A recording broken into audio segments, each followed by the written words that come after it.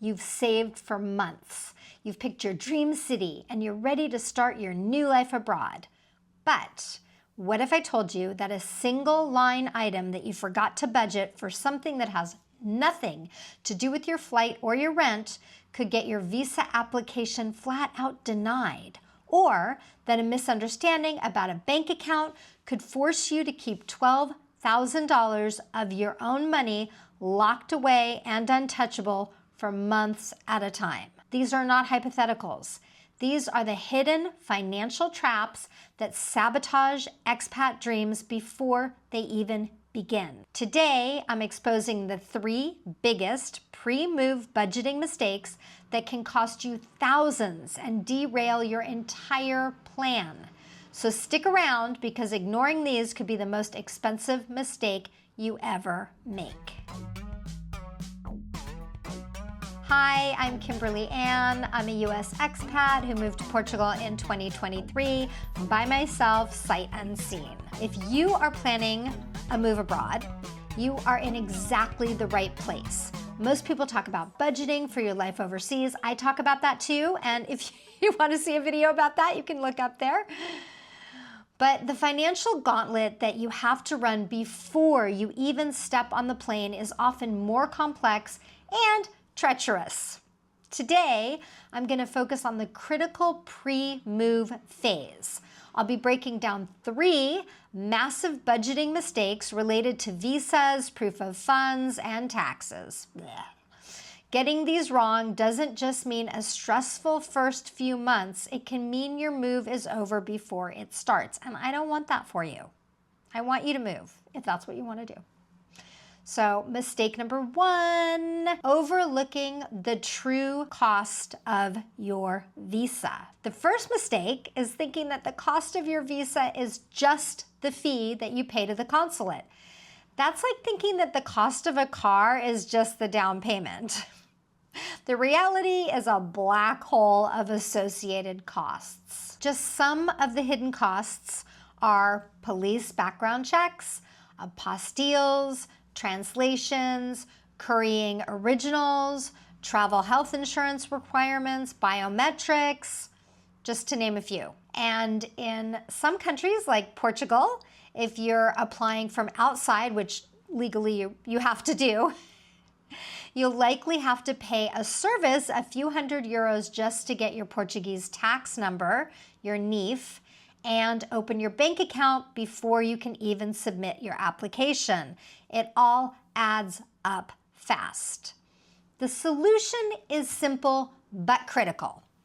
Create a detailed visa timeline and attach a cost to every step. Research forums and expat groups for your specific visa to build a realistic checklist. You could also hire someone like me or someone else to go over exactly what is needed. And I do strongly recommend that you at least budget for a consultation with a consultant or an immigration lawyer or another type of visa specialist, even if you plan to do it all yourself. It doesn't hurt to budget for that. That can just be your plan B.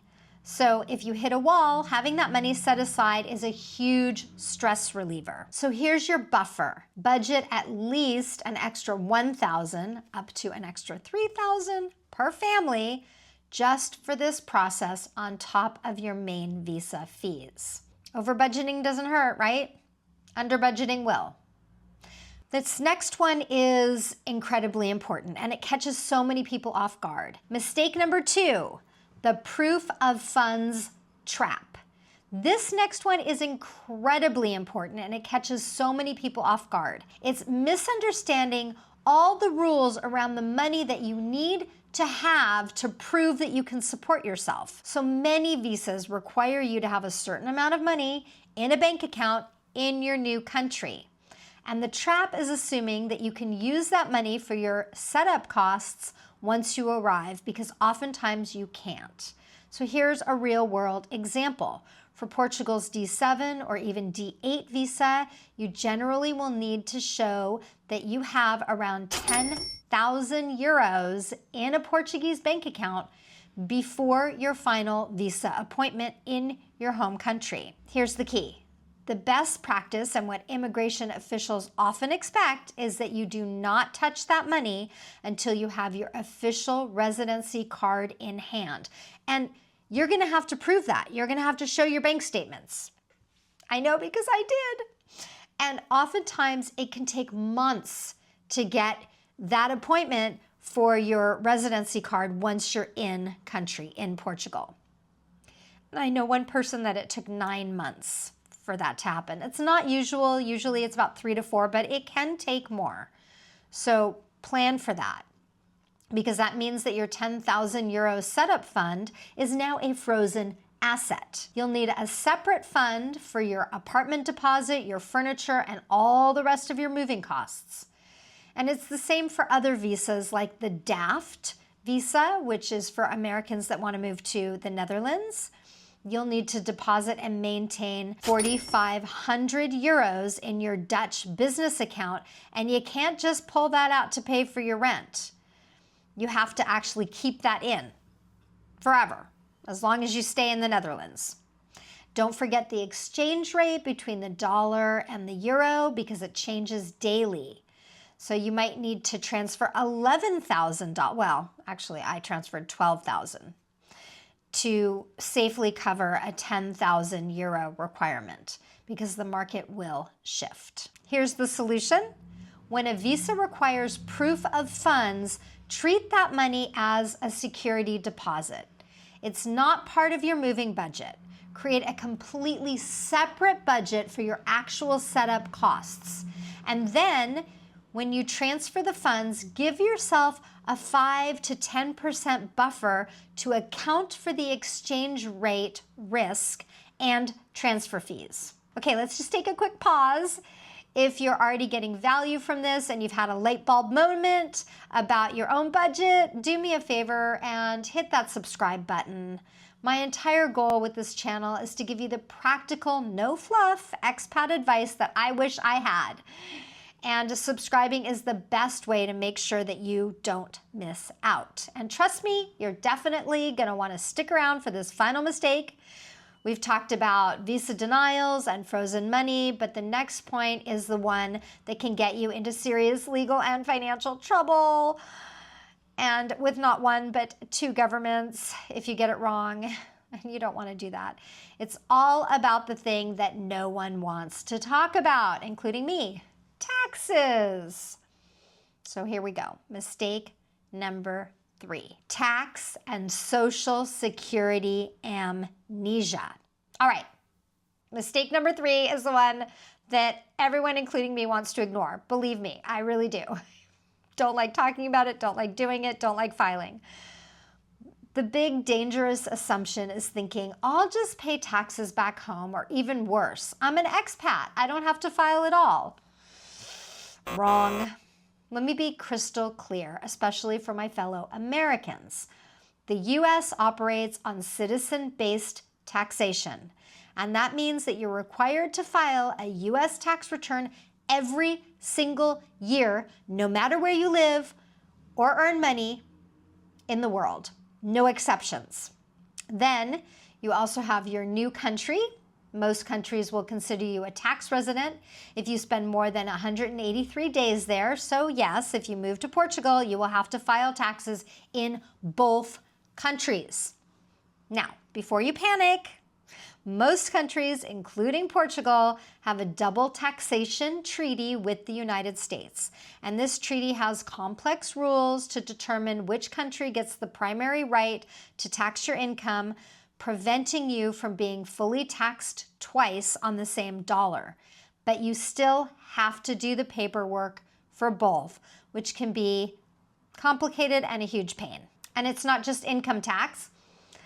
There's also state tax, but you may also be required to pay into the Social Security system in your new country.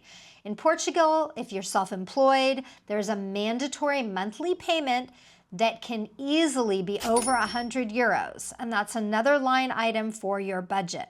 But don't panic, because the solution is, before you move, I would say, if you can, pay for a 1-hour consultation with a cross-border tax professional who specializes in your home and your destination country.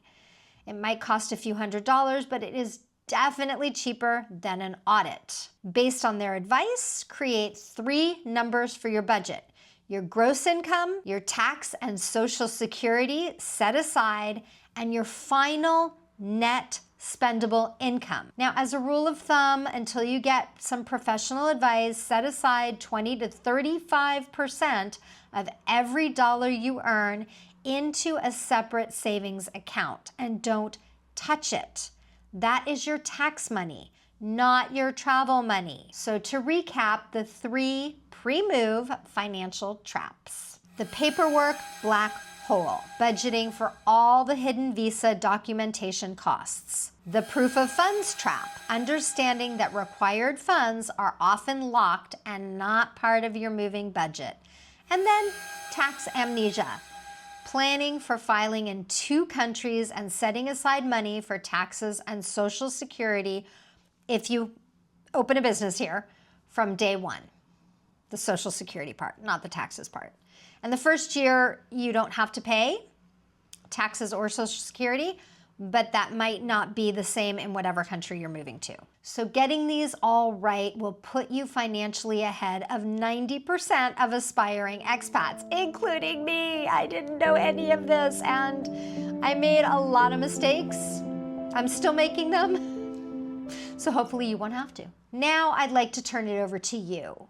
For those of you who have already made an international move, what was your most unexpected pre-move cost that you encountered? I'd love it if you would share that in the comments, because you could really save other people massive headaches. If this video helped you clarify your own pre-move budget, please hit that button and subscribe for more real-world expat advice. It really helps me to grow this channel, and that's my goal, to help people. So thank you so much for watching. Plan smart, and your move will be the adventure that you have always dreamed of. It's been mine. See you in the next video.